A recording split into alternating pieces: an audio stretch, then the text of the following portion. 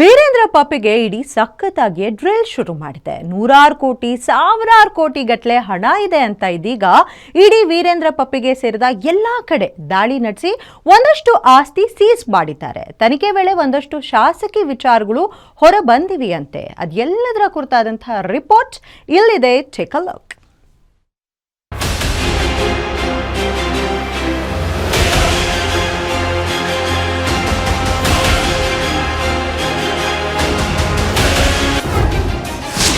ಶಾಸಕ ವೀರೇಂದ್ರ ಪಪ್ಪಿಗೆ ಇಡಿ ಡ್ರಿಲ್.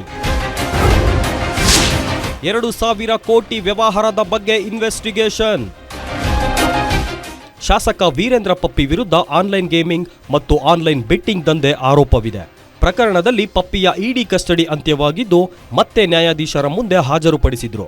ಮೊದಲಿಗೆ 5 ದಿನಗಳ ಕಾಲ ಕಸ್ಟಡಿಗೆ ಪಡೆದು ವಿಚಾರಣೆ ನಡೆಸಿದ್ದ ಇಡಿ ಅಧಿಕಾರಿಗಳು ಮತ್ತೆ 2ನೇ ಬಾರಿ 6 ದಿನ ಕಸ್ಟಡಿಗೆ ಪಡೆದಿದ್ರು. ಇದೀಗ ಮತ್ತೆ 4 ದಿನಗಳ ಕಾಲ ವೀರೇಂದ್ರ ಪಪ್ಪಿಯನ್ನ ಕಸ್ಟಡಿಗೆ ಪಡೆದಿದ್ದಾರೆ. ಒಟ್ಟು 11 ದಿನಗಳ ಕಾಲ ಶಾಸಕ ವೀರೇಂದ್ರ ಪಪ್ಪಿಗೆ ಫುಲ್ ಡ್ರಿಲ್ ಮಾಡಿದ್ದು ಇದೀಗ ಮತ್ತೆ 5 ದಿನಗಳ ವಿಚಾರಣೆ ಮಾಡಲಿದ್ದಾರೆ. ಈ ವೇಳೆ ಮಹತ್ವದ ದಾಖಲೆಗಳನ್ನ ಇಡಿ ವಶಕ್ಕೆ ಪಡೆದಿದೆ.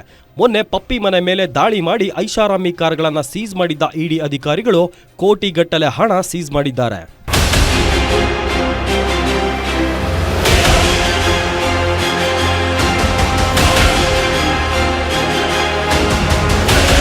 ಇಂದು ಸಹ ಕೋರ್ಟ್ನಲ್ಲಿ ಕೆಲವೊಂದು ಅಂಶಗಳನ್ನು ಎಸ್ಪಿಪಿ ಮತ್ತು ಪಪ್ಪಿ ಪರ ವಕೀಲರು ವಾದ ಪ್ರತಿವಾದ ಮಾಡಿದ್ದಾರೆ.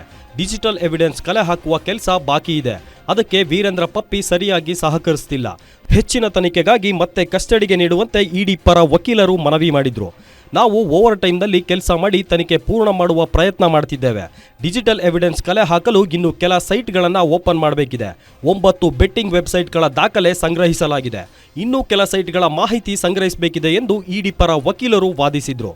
ಇನ್ನು ವೀರೇಂದ್ರ ಪಪ್ಪಿ ಪರ ವಕೀಲರು ಇಡಿ ಅಧಿಕಾರಿಗಳು ಸರಿಯಾಗಿ ನೋಡ್ಕೊಳ್ತಿಲ್ಲ, ಹೀಗಾಗಿ ಅವರಿಗೆ ಡೈರೆಕ್ಷನ್ ನೀಡಿ ಎಂದು ನ್ಯಾಯಾಧೀಶರ ಮುಂದೆ ಹೇಳಿದ್ದಾರೆ.